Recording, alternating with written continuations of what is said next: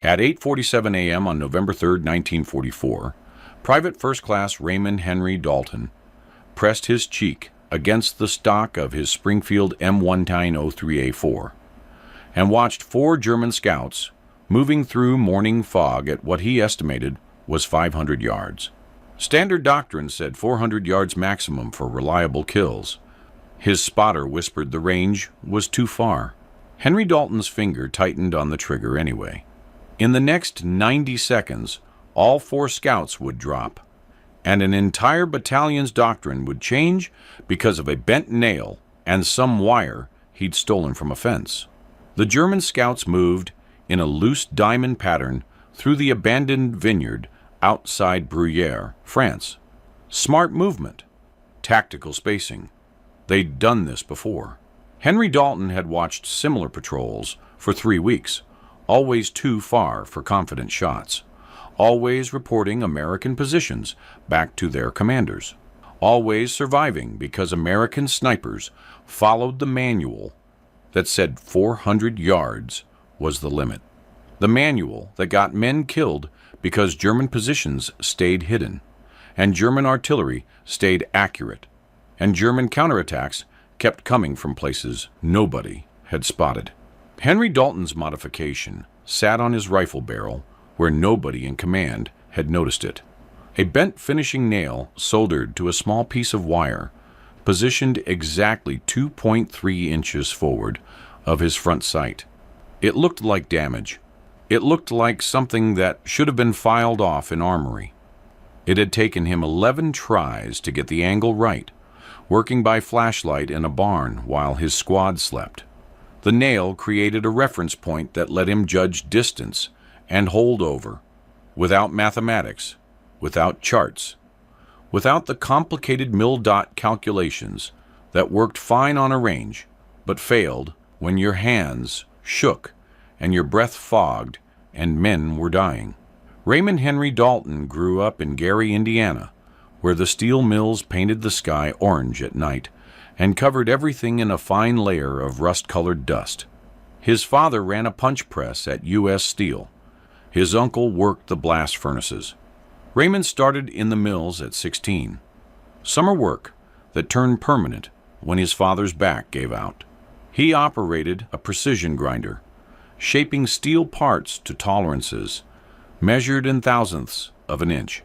8 hours a day of visual measurement, of judging distances between cutting wheel and metal by eye, of making microscopic adjustments that meant the difference between a part that fit and a part that got scrapped.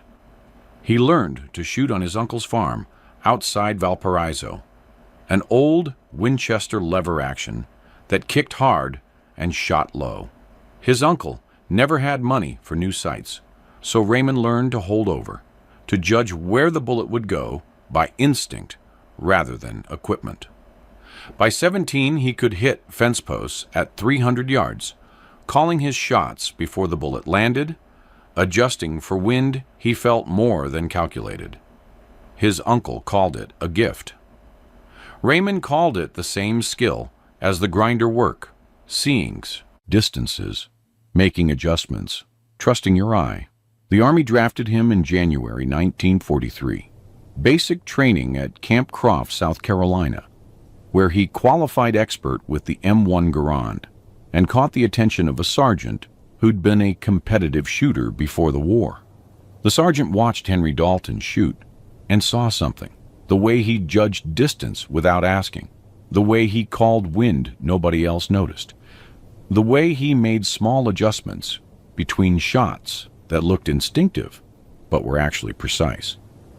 6 weeks later, Henry Dalton was in sniper school at Camp Perry, Ohio, learning the doctrine, learning the manual, learning that 400 yards was maximum effective range for the Springfield, because that's what the chart said. He questioned it once, got told the ballistics were settled science, the doctrine was proven, and privates didn't rewrite manuals. So he learned to shoot out to 400 yards and learned to let targets beyond that range walk away.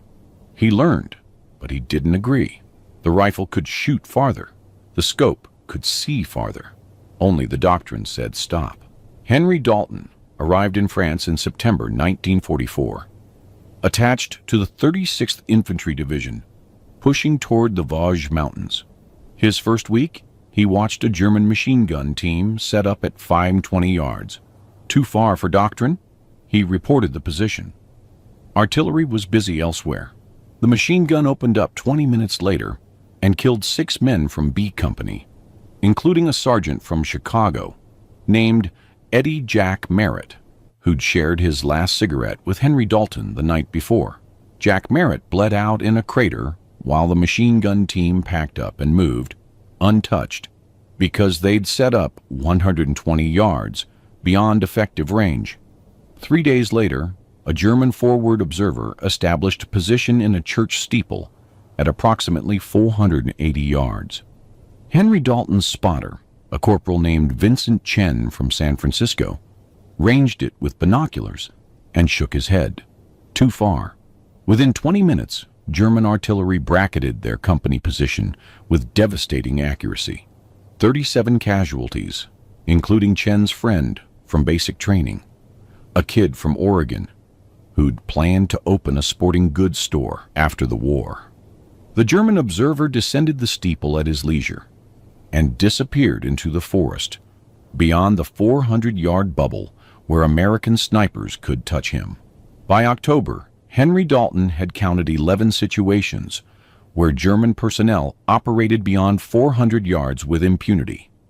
Forward observers, machine gun teams, officers with binoculars, scout snipers, all of them making decisions, calling in fire, directing men, killing Americans from a range where doctrine said, don't shoot because the probability of first-round hits drops below 60%. 60% was the magic number in the manual. Below 60%, you're wasting ammunition and giving away your position. Above 60%, you're an effective weapon system. The manual didn't account for what happened when you let the enemy operate freely.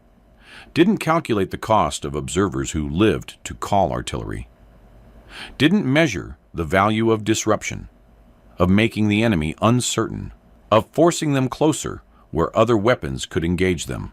The manual treated each shot as an isolated statistical event, not as part of a larger tactical picture where one bullet at 500 yards might prevent 10 artillery shells at your position. Chen understood Henry Dalton's frustration, but followed the book. We shoot when we can make the shot, he'd say. Otherwise, we're just making noise. Chen was a good Marine, followed doctrine, trusted the officers who'd written it. He died on October 27th when German artillery, called in by an observer, Henry Dalton, could see at 450 yards but couldn't engage by doctrine, landed a shell directly in their position. Chen took shrapnel through the chest and lasted 4 minutes. His last words were asking Henry Dalton to write his mother and tell her he'd been brave. Henry Dalton wrote the letter that night. Then he started bending nails. The idea came from the steel mill. When you're grinding a part and need to hit a specific depth, you don't measure every pass. You set up a reference point, a scratch mark, a piece of tape, a bent piece of wire that tells you instantly when you're at the right position. Visual reference instead of mathematical calculation. Henry Dalton needed the same thing for his rifle, a reference that would tell him instantly how much to hold over at different ranges. He'd studied the ballistics. A 150-grain 30-06 round from the Springfield drops approximately 38 inches at 500 yards, 55 inches at 600 yards, assuming standard atmospheric conditions.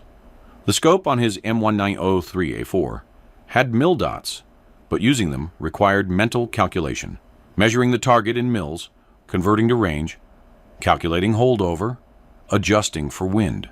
15 seconds of math in your head while a target moved and your position became compromised.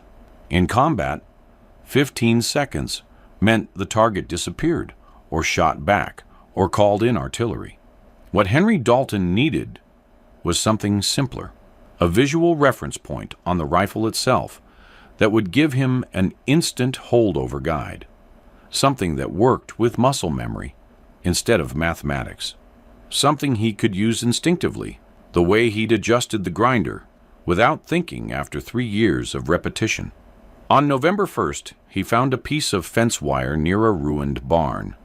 10-gauge galvanized wire, stiff enough to hold shape, but thin enough to work with. He also found a box of finishing nails in an abandoned carpenter's shop. Small nails, 1.5 inches long, the kind used for trim work. He selected one with a thin shaft and spent an hour filing the head down to reduce its profile. The work happened after dark, inside a bombed-out wine cellar that smelled of fermented grapes and damp stone.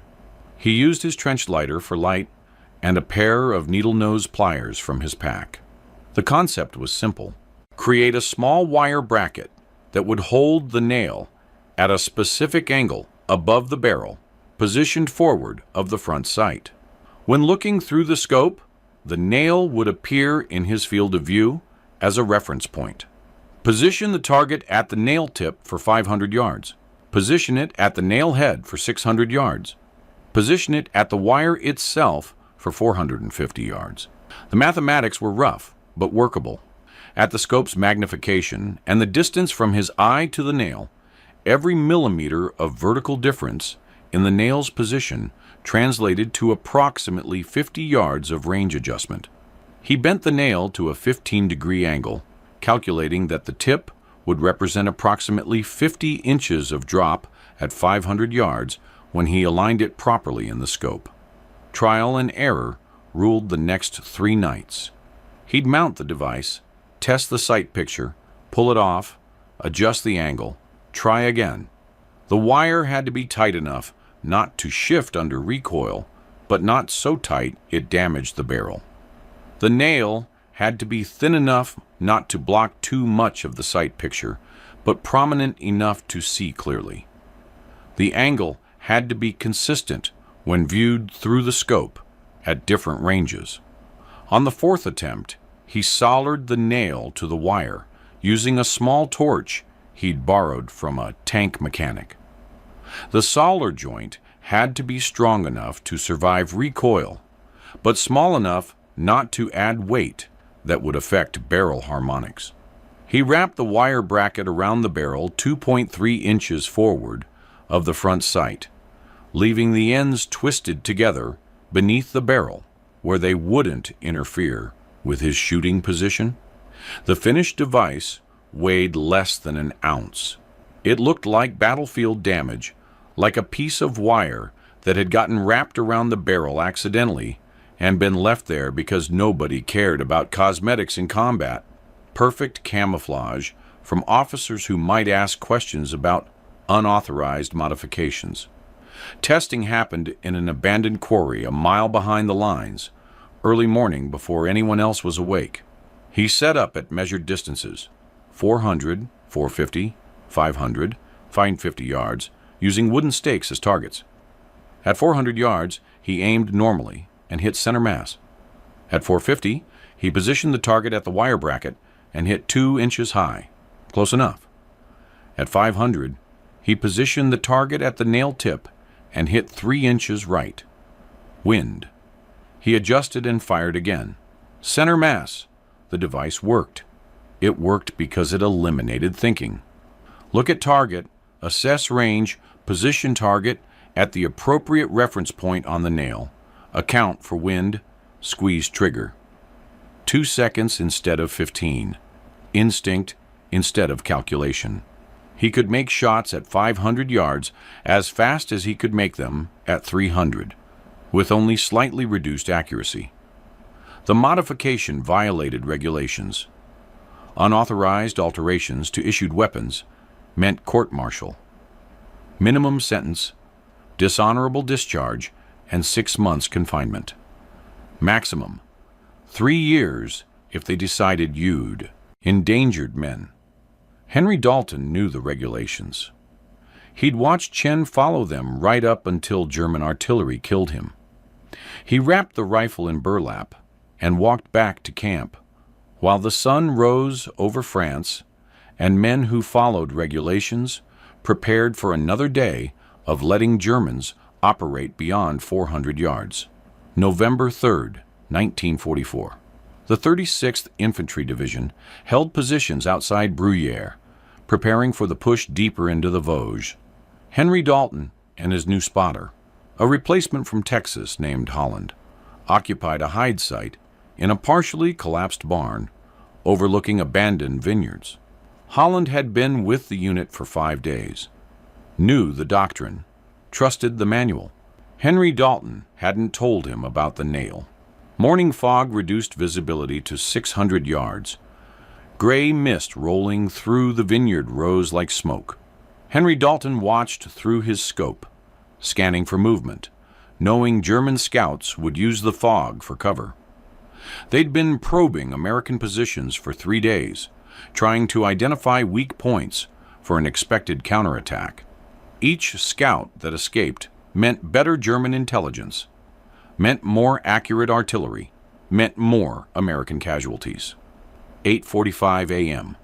Movement at approximately 500 yards. 4 figures emerging from the fog line, moving in tactical formation through the vineyard. Germans. Henry Dalton could see their field gray uniforms and coal scuttle helmets clearly in the scope. Holland ranged them with binoculars. 500 yards, maybe 520, Holland whispered. Too far. Wait for them to close. Henry Dalton settled behind the rifle. The scouts moved deliberately, checking sight lines, studying American positions, clearly experienced men who understood terrain. They carried binoculars and map cases, officers or senior scouts, valuable targets. If they reported back, American positions would be compromised. If they lived, men would die. Standard doctrine: wait, let them move closer. Take the high percentage shot at 350 yards when they reached the creek bed. The safe shot. The manual shot. The shot that let them observe American positions for another 4 minutes and gain information that would kill soldiers tonight. Henry Dalton thought of Chen. Thought of Jack Merritt bleeding in the crater. Thought of the Oregon kid who'd wanted to sell fishing rods. Thought of every man who'd died because doctrine said, let them walk until they're close enough for a 60% probability first-round hit. He positioned the crosshairs. The lead scout appeared clearly in the scope, checking a map, consulting with the others. Henry Dalton estimated 5-10 yards based on landmarks he'd memorized. He placed the scout's chest at the nail tip, the 500-yard reference, and adjusted slightly upward. Wind was negligible, maybe 2 miles per hour left to right. He adjusted 1 mil right. Holland hissed, too far. Wait for... Henry Dalton squeezed the trigger. The Springfield bucked. The sound rolled across the vineyard. The lead scout dropped like someone had cut his strings, dead before he hit the ground. The other 3 scattered instantly. Professional reaction, moving to separate positions in the vineyard rows. Good training. Wouldn't save them. Henry Dalton worked the bolt. Found the second scout moving left, approximately 505 yards now. Positioned him at the nail tip, adjusted for his movement, squeezed. The scout stumbled and fell, didn't move again. The third scout made the mistake of stopping behind a vine post, thinking it provided cover.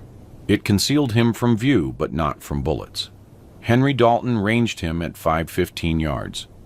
Nail tip, slight upward adjustment. The shot took 4 seconds to set up.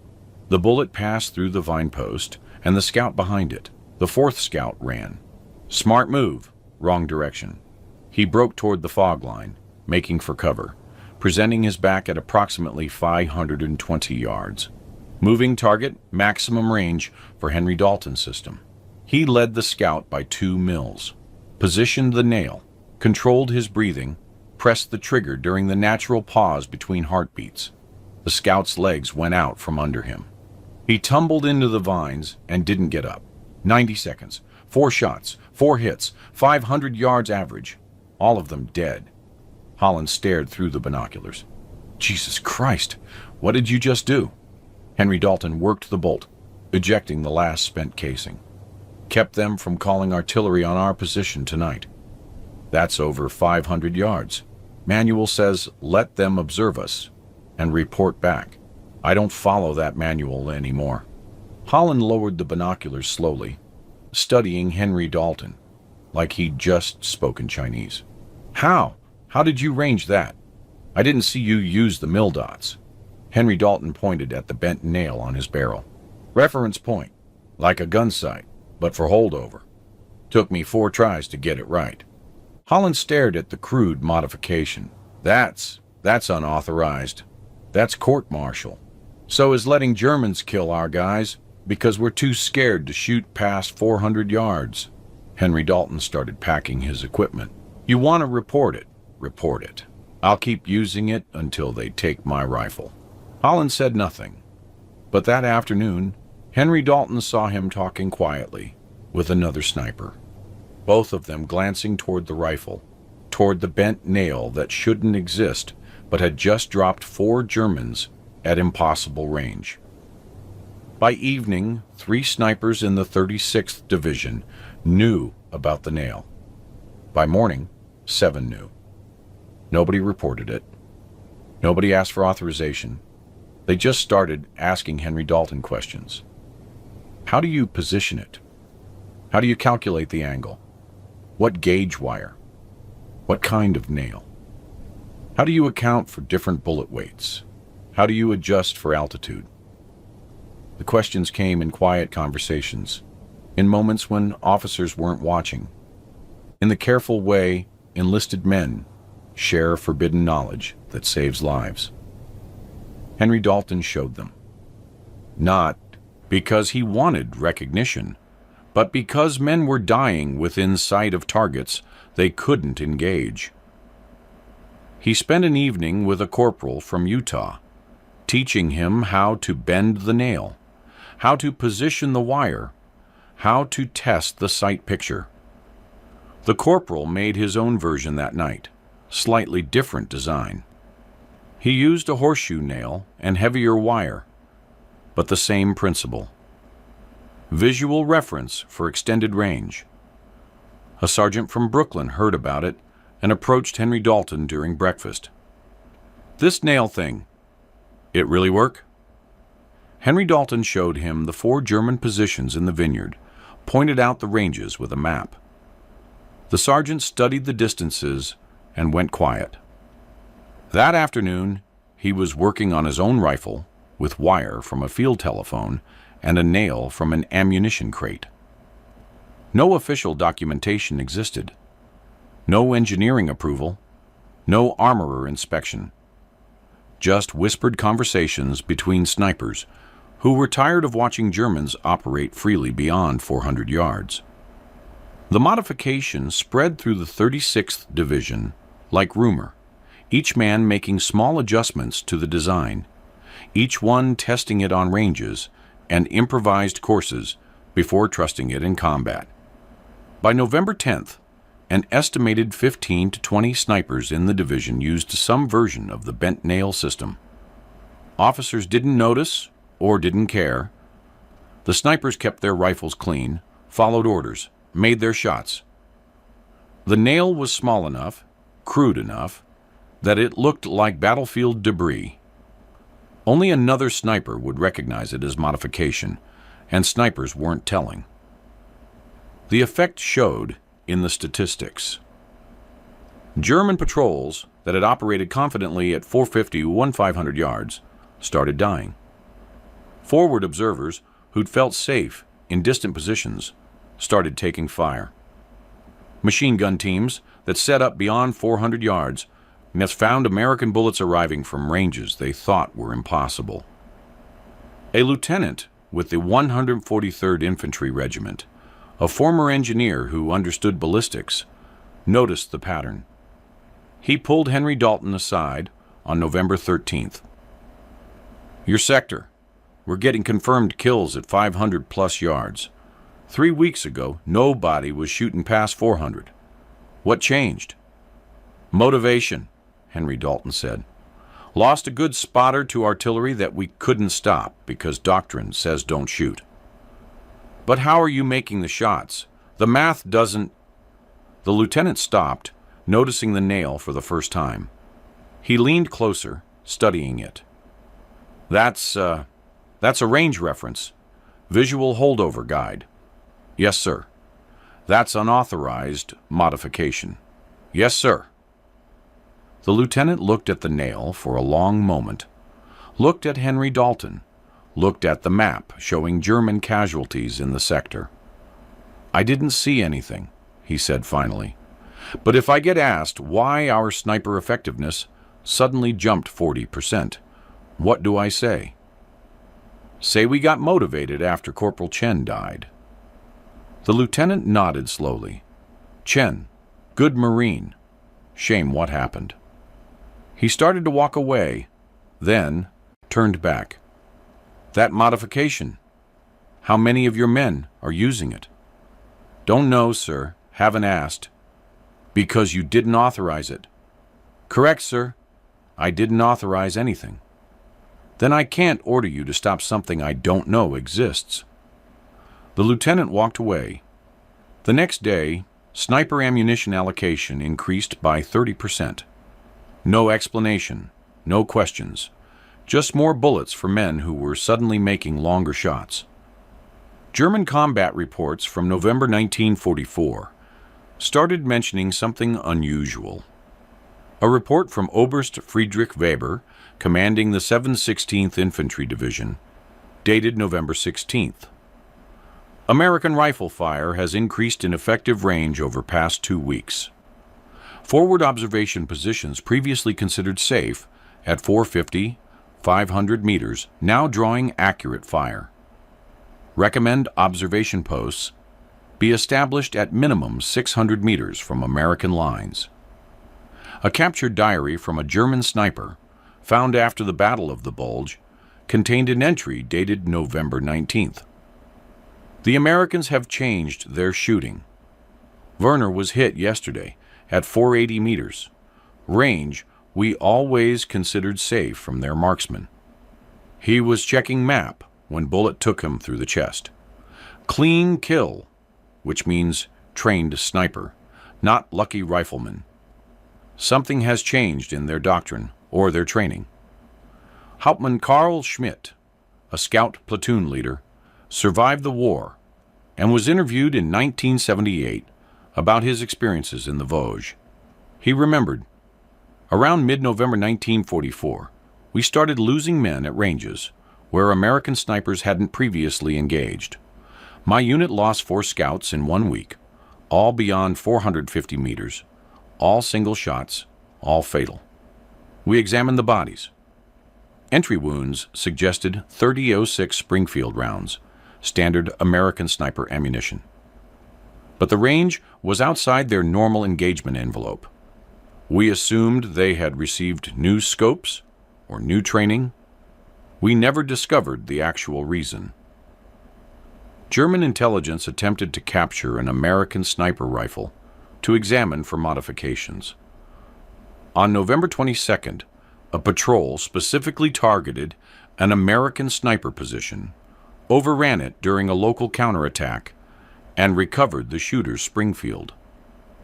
The rifle appeared standard, except for what the intelligence report described as damage to barrel, piece of wire, and bent nail wrapped around barrel forward of front sight appears to be battlefield debris or improvised repair.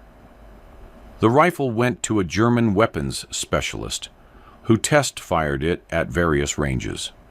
The report concluded, no mechanical advantage identified. Improvised wire attachment appears non-functional. Rifle performs within expected parameters for American Springfield M1903-4. American improvement in long-range accuracy, likely due to improved training or higher quality ammunition batches. They'd examined it and missed it. The modification wasn't mechanical. It was cognitive. A visual reference that only made sense when you understood what it was for.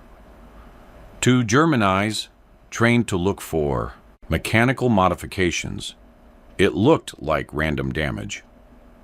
They never considered that the improvement came from something as simple as a bent nail providing a holdover reference. But German tactics adjusted anyway. Observation posts moved farther back. Patrols operated at greater distances. Machine gun positions established 600 yards from American lines instead of 450. The modification had forced the enemy to alter their behavior, even though they didn't understand why. They just knew that Americans were suddenly killing them at ranges where they used to be safe. Battalion S2 Intelligence compiled statistics in December 1944, comparing October through November for the 36th Infantry Division. The report, stamped restricted and filed in National Archives Record Group 407, showed the following. October 1944, confirmed sniper kills, 47. Average engagement range, 327 yards. Kills beyond 400 yards, 6.4%. German patrol casualties attributed to sniper fire. 23 American casualties from German artillery called by observers, 183. November 1944. Confirmed sniper kills, 89. Average engagement range, 428 yards. Kills beyond 400 yards, 46.1%. German patrol casualties attributed to sniper fire. 67 American casualties from German artillery called by observers, 97. The improvement in long-range kills was 640%. Average engagement range increased 101 yards. Most significantly, American casualties from artillery called by observers who now died before completing their missions, dropped by 47%. Conservative estimates, assuming each German observer prevented was responsible for calling at least one fire mission, suggest the modification saved between 80 and 120 American lives in November 1944 alone. The report noted significant improvement in sniper section effectiveness during November. Factors may include improved weather conditions, providing better visibility, increased sniper ammunition allocation, higher morale following successful operations, or improved training. Recommend sniper section strength be maintained at current levels. No mention of unauthorized modifications. No investigation into how engagement ranges suddenly increased. The statisticians saw numbers that improved and looked for conventional explanations. Nobody thought to check the rifles for bent nails and fence wire. Captain James Whitmore, battalion executive officer, did notice. He'd been an engineering student at Purdue before the war, understood ballistics, knew what was required for accurate long-range shooting. He approached Henry Dalton on December 3rd. Henry Dalton, your kills in November. 17 confirmed, 11 beyond 450 yards. That's exceptional shooting. Thank you, sir. It's also statistically unlikely. The manual says first-round hit probability drops below 50% past 425 yards with the Springfield. I'm lucky, sir. Luck doesn't show consistent patterns. You're doing something different. Whitmore studied Henry Dalton rifle. Found the nail. That's a holdover reference. Yes, sir. Who authorized you to modify your weapon? Nobody, sir. You know that's court-martial. Yes, sir. So is watching men die because doctrine says I can't shoot. Whitmore looked at the nail for a long time. How many others? Don't know, sir. Don't know or won't say? Both, sir. Whitmore pulled a notebook from his pocket, wrote something, tore out the page. Supply sergeant, tomorrow morning. Tell him I authorized increased wire for field telephone repair and additional finishing nails for construction projects. Don't say anything about rifles. Henry Dalton took the paper. Sir? The official position is that I'm approving materials for legitimate field maintenance. What soldiers do with those materials isn't my concern unless it compromises safety or discipline. This modification doesn't compromise safety. It improves effectiveness. Therefore, it falls outside my area of concern. Whitmore turned to walk away, paused. Corporal Chen, I knew his father, fisherman in San Francisco. Good man. Hate writing letters to good men telling them their sons died because we follow doctrine. Yes, sir. Keep using the nail, Henry Dalton. But if a general asks, you didn't hear it from me. The tacit approval changed nothing officially. No update to doctrine. No official recognition. But it meant snipers could request materials without explaining their purpose, could continue making modifications without fear of immediate punishment. The innovation remained underground but protected, spreading through the quiet consensus that it saved lives and regulations that prevented it were worth ignoring. Henry Dalton survived the war.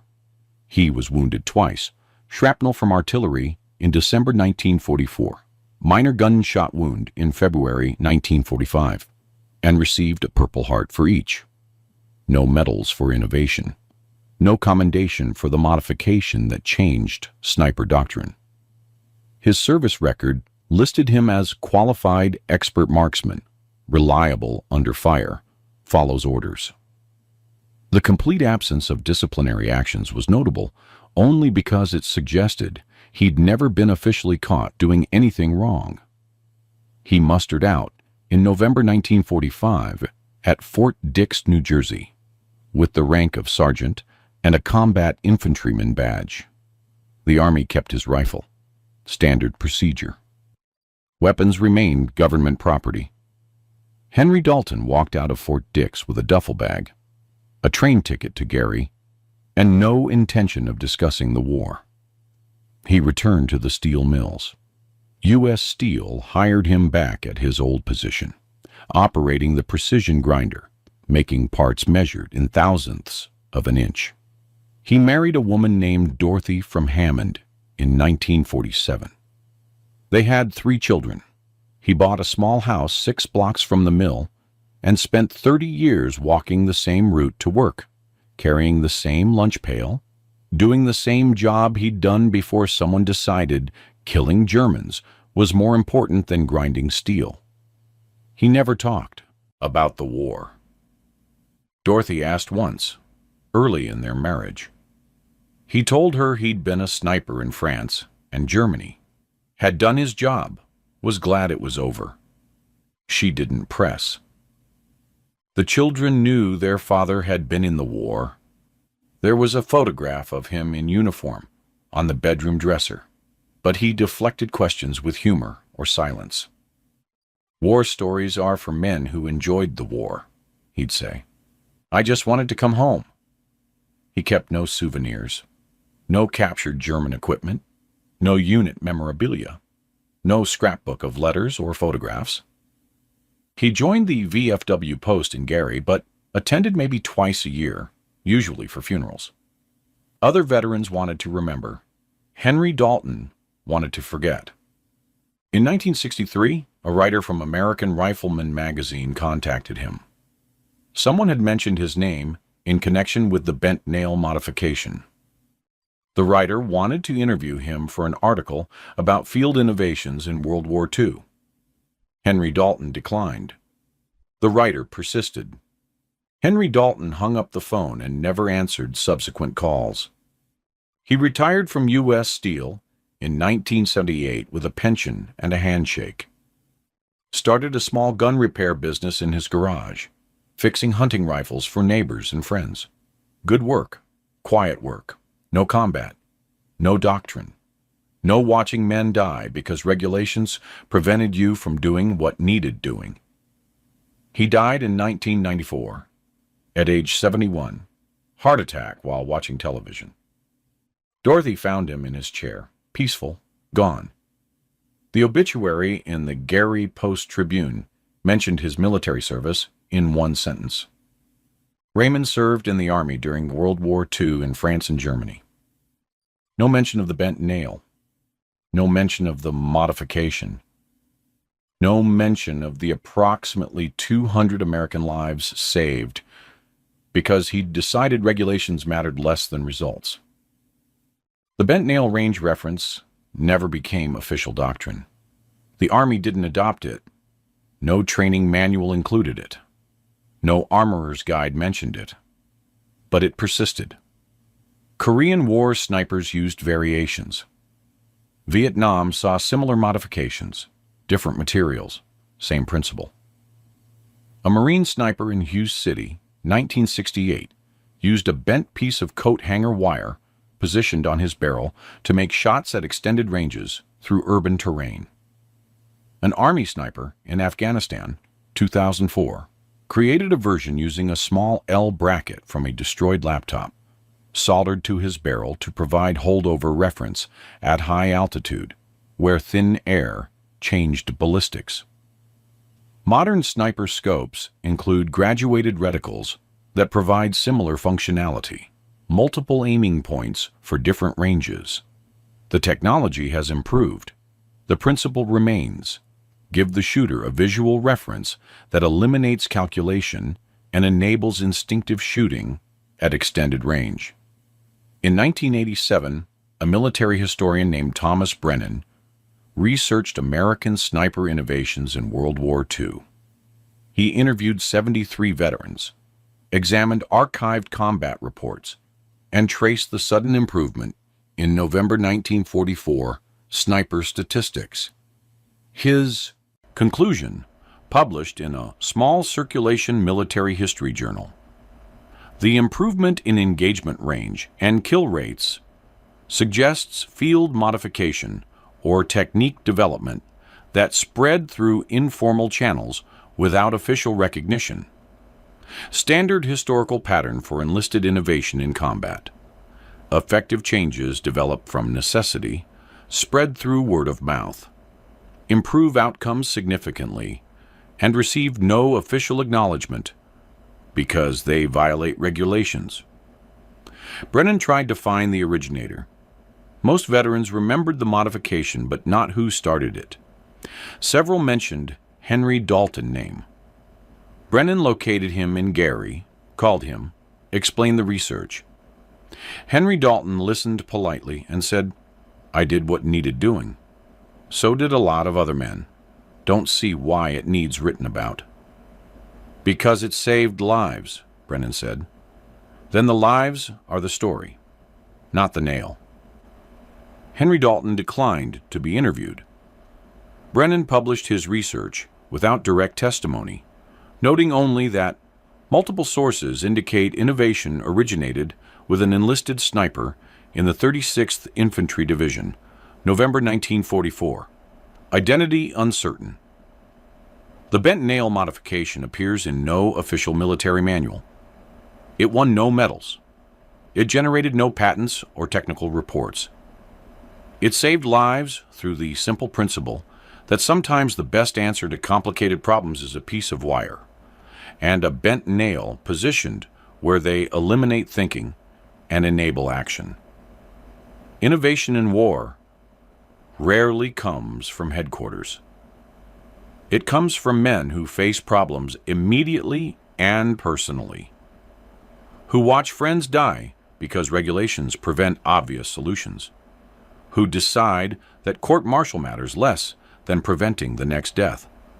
The bent nail range reference exemplifies this pattern. Unofficial, unauthorized, effective, and ultimately invisible to everyone except those who needed it. The modification worked not because it was sophisticated, but because it was simple. It didn't require new manufacturing or engineering studies or committee approval. It required a private first class with steel mill experience and enough dead friends to overcome his fear of punishment. It required other snipers willing to copy an unauthorized modification because it kept Germans from killing Americans. It required officers willing to pretend they didn't notice because the statistics showed men surviving who would have died. This is how actual change happens in combat. Not through official channels, not through proper procedure, through enlisted men who see the problem clearly because they live with its consequences, who create solutions with whatever materials they can find, who share those solutions quietly, because regulations say they're not allowed to fix what's broken. Through officers who know when following regulations means watching men die for no good reason, except that someone wrote a manual before understanding how reality worked. The bent nail worked at 5-10 yards. 4 scouts died. American positions stayed hidden. Artillery didn't fall that night. Men who would have died kept living because a private from Gary decided a finishing nail mattered more than regulations. That's the actual story. Not heroic, not glorious, just practical, just necessary, just effective. Raymond Henry Dalton is buried in Calumet Park Cemetery in Merrillville, Indiana. His headstone lists his name, his dates, and a small notation, SGT U.S. Army World War II. No mention of innovation, no mention of the nail, just another veteran among thousands, distinguished only by a decision made in a wine cellar with